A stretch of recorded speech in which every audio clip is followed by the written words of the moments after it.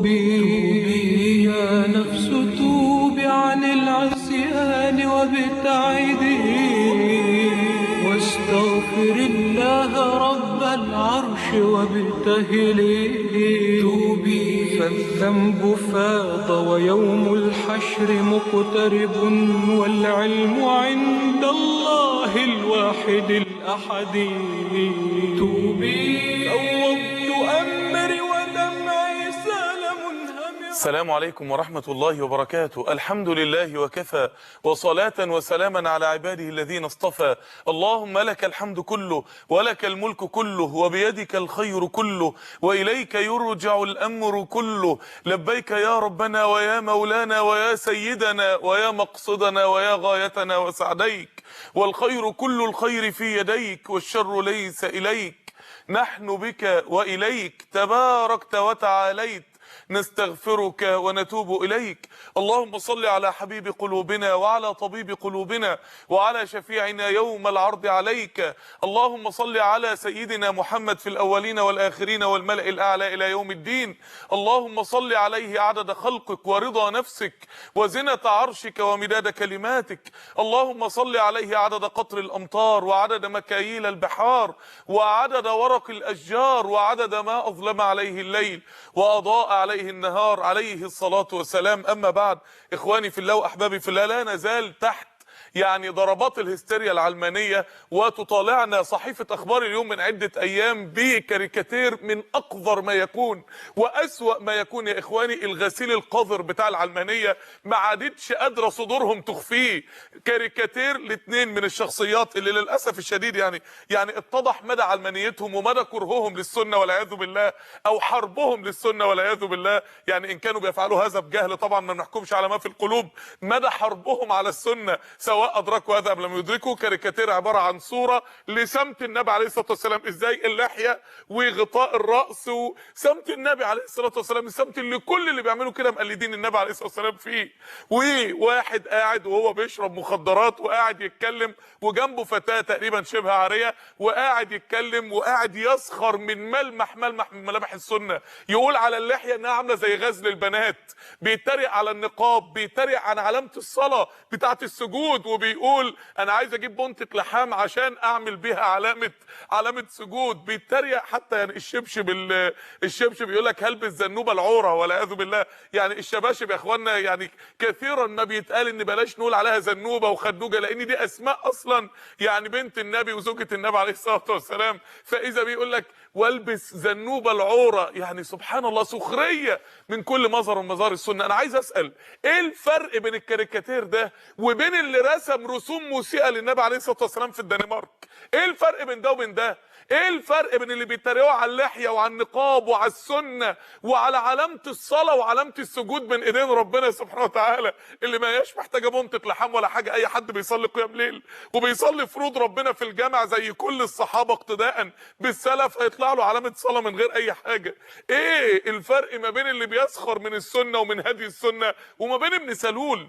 ايه الفرق ما بين اللي سخر من زي النبي عليه الصلاة والسلام وشكل النبي عليه الصلاة والسلام وسخر من كل علامات السنة الظاهرة وبين اللي شتم النبي عليه الصلاة والسلام في الدنمارك؟ ايه الفرق يا اخوانا للدرجة ديت؟ لهذه الدرجة وصل العلمانيين دلوقتي باشعارهم فيها لخفيها، فيها لخفيها، يعني على يعني حد يعني التعبير فيها لخفيها. يعني انتوا دلوقتي هتنتخبونا وهتخلوا النخبة بتاعتنا هي اللي تحكم، ولا نولع البلد دي كلها ونعملها حرب اهلية؟ ان شاء الله نمسك السلاح، بس اصحاب الاسلام هو الحل، ما يوصلوش الى الحكم بما انزل الله سبحانه وتعالى. احنا في مشكلة يا اخوانا، في مشكلة فعلا حقيقية. العلمانيين فقدوا عقلهم بعد الضربة القاصمة اللي خدوها في جمعة الغضب الثانية، بعد عدم الاستجابة الشعبية لهم مطلقا، وبعد انكشافهم الشعبي الحقيقي امام الجميع.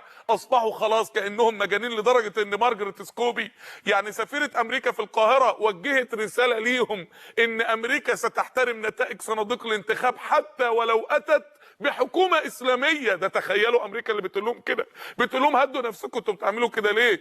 مارك فرانكو اللي هو مندوب اوروبا في القاهره، يعني سفير الاتحاد الاوروبي في القاهره، وجه لهم رساله ان يكفوا عن الشكوى وعن السلبيه وعن الاتكاليه. يعني انتم مستنيين نعمل لكم ايه؟ وان يكفوا من الشكوى من الاخوان المسلمين ومن الفزع من الاخوان المسلمين، وان يحترموا صناديق الانتخاب. يعني تخيلوا الغرب نفسه بيقول لهم عيب المسخره اللي انتم بتعملوها ديت، عيب هذا، اتهزأتوا نفسكم وبهدلتوا نفسكم وخليتوا نفسكم بمنظر الطالب الخيبان اللي حس انه هيسقط فعايز الدفعه كلها تسقط عشان هو ما يتفضحش. طب احنا ذنبنا انكم فاشلين؟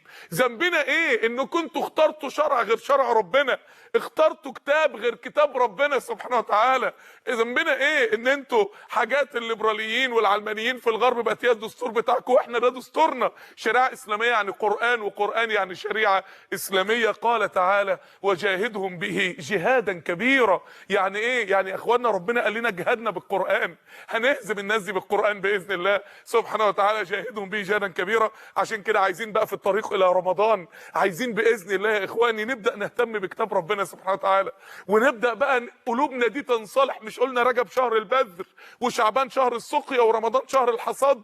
عايزين نبذر اعظم بذره في قلوبنا في رجب وشعبان، وهي بذره حب القران والارتباط بالقران. قلوبنا تتوهج نور على بالقران الكريم باذن الله سبحانه وتعالى. يعني القران الكريم قال رسول الله صلى الله عليه وسلم من لم يتغنى بالقرآن فليس منا.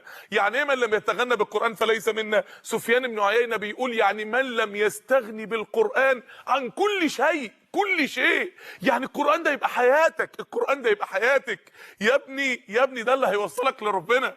يا اختي في الله ده اللي هيعرفك ربنا سبحانه وتعالى. يا اخواني في الله ده اللي هيبلغنا باذن الله، اللي هيوصلنا الفردوس الاعلى. يا جماعه القران الكريم ده اللي هيوصلنا بالله، ده اللي هيرجع الحضاره الاسلاميه تاني. عايزين نقبل على كتاب ربنا سبحانه وتعالى. الحديث الرهيب المهيب اللي النبي عليه الصلاه والسلام بيتكلم عن ايه من كل ايه هنشرحها الليله، او كل ايه في كتاب ربنا، كل ايه من الايات دي وبتنزل الحديث المهيب اللي الواحد لا يمل من تكراره على قلبه. وانت قاعد جلسه الضحى كده وتتخيل الحديث ده، تقعد تسبح ربنا وتسبح على جلال ربنا سبحانه وتعالى. لما الرسول بيوصف ابو بكر وعمر والصحابه قاعدين والنبي عليه الصلاه والسلام بيوصف لهم القران ده وهو نازل حصل ايه. كل ايه من الايات اللي النبي قالها لهم، ايه الخمر، تحريم الخمر لما قالها لهم حصل ايه، والايه دي نازله. ايه الحجاب لما قالها لهم حصل ايه، والايه دي نازله. خواتيم المؤمنون، سوره المؤمنون اللي هنتكلم عنها ان شاء الله الليله، وسوره المؤمنون وهي نازله حصل ايه في السماوات. ربنا بيقول لك نزلناه تنزيلا. ايه يا رب اللي كان في تنزيل القران؟ ايه يا رب اللي كان بيحصل والقران بيتنزل يا رب؟ الرسول عليه الصلاه والسلام بيقول لنا اذا تكلم الله بالوحي، اذا تكلم الله كله يتخرس، كل العلمانيين يتخرسوا، كل العلمانيين زي ما ربنا بيقول للي عانت حكمه الوقت في جهنم في الايات اللي هنشرحها ان شاء الله، اخسأوا فيها ولا تكلمون. انتوا كنتوا بتعدلوا على حكم ربنا. اذا تكلم الله، مين اللي يتكلم بعد ما ربنا اتكلم؟ مين اللي يشرع بعد ما ربنا شرع؟ مين اللي يؤمر بعد ما ربنا امر؟ مين اللي يعارض بعد ما ربنا سبحانه وتعالى نزل القانون والدستور؟ انتوا مين؟ انتوا عشان تتكلموا بعد كلام ربنا. يا ايها الذين امنوا لا تقدموا بين يدي الله ورسوله. هو المؤمن يقدر يقدم كلامه على كلام ربنا؟ اذا تكلم الله بالوحي سمع اهل السماوات صلصله كجر السلسله على الصفا. زي ما سلاسل حديد تقعد تحتك بصخور صلداء تعمل صوت رهيب في السماوات السبعه كلها. انا عايزك تتخيل الملائكه هيحصل فيها ايه. فيصعق اهل السماوات. يا اخوانا الملائكه دي ايه؟ انا عايزك تتخيل معايا. اول حاجه حمله العرش دول قد ايه؟ ده واحد منهم بس راسه عند العرش ورجله قد مرقت في الارض.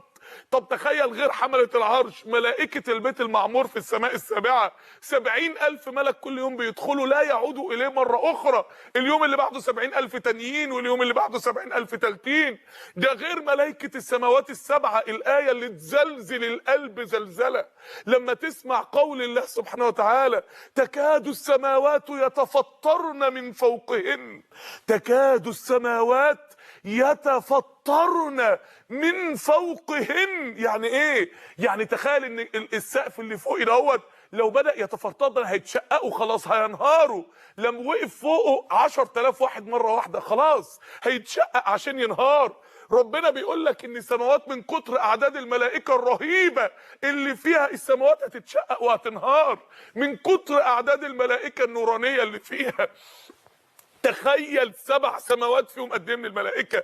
انا عايزك تعيش بقلبك بقى من فوق كده، من اول العرش، وانت تخيل ملائكه السماوات ال7 وملائكه البيت المعمور وملائكه حمله العرش. كل ده اذا تكلم الله بالوحي سمع اهل السماء صلصله كجر السلسله على الصفا فيصعقون. يصعقون، ملائكه السماوات ال7 تصعق. ليه؟ هو ربنا قال ايه؟ هم مش عارفين ربنا قال ايه.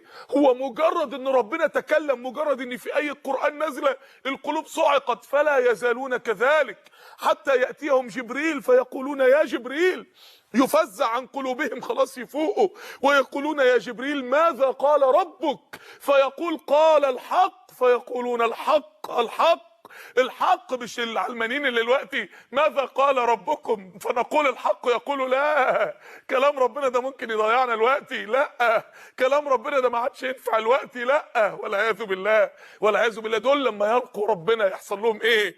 هنتكلم الليله يا اخوانا. انا كنت عايز اسمي الدرس ده، كنت عايز اسميه اسم غريب جدا، ولكن سبحان الله يعني قلت احنا هنتكلم في النص. كنت عايز اقول رب اعوذ بك من همزات العلمانيين.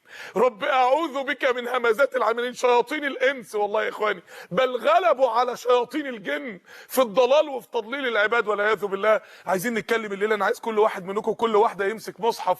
هنتكلم في بعض ايات من سوره المؤمنون باذن الله، من اخرها ومن اولها. هنتكلم في بعض ايات من كتاب ربنا. عايزين قلوبنا ترجع تاني. عايزين يا اخوانا حرف واحد من اللي احنا هنقوله، مش كلمه مش لفظ، حرف. لا اقول الف لام ميم حرف، ولكن لا، ده كل واحد منهم حرف ب10 حسنات. الف ب ت ث في اللغه ملهاش معنى، انما حرف قران واحد ب10 حسنات. حسنه واحده منهم تدخلك الجنه وتدخلك الجنه باذن الله سبحانه وتعالى. عشان كده عايزين نركز في كل لفظ، في كل كلمه، في كل حرف. ده كلام ربنا. الحرف اللي دخلك الجنه يقينا له معنى ما دام ربنا اللي تكلم به سبحانه وتعالى. قال تعالى، الايه الاولانيه اللي هنبدا بيها في خواتيم سوره المؤمنون، الايه الاولانيه ايه يا اخوانا يرتجف لها القلب، ولكن لو فكرنا فيها: وقل رب اعوذ بك من همزات الشياطين واعوذ بك رب ان يحضرون. وقل، انا عايزكم تركزوا معايا وعايز قلوبكم تهدى معايا، لان ربنا قال: وقرآنا فرقناه لتقرأه على الناس على مكث. على مكث. عايزين على مكث كده نفهم كلام ربنا، نعيش مع معاني كلام ربنا، نغسل قلوبنا بمعاني كلام ربنا سبحانه وتعالى.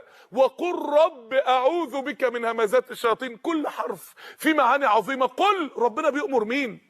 بيأمر النبي عليه الصلاه والسلام انه يستعيذ بالله من الشيطان. النبي، إذا كان النبي عليه الصلاة والسلام محتاج إنه يستعيذ بالله من الشيطان، أمال إحنا يا إخواني محتاجين قد إيه؟ يعني من أول حرف كده في الخواتيم ربنا بيقول لنا كلكم في خطر. الشيطان ده خطر على الجميع.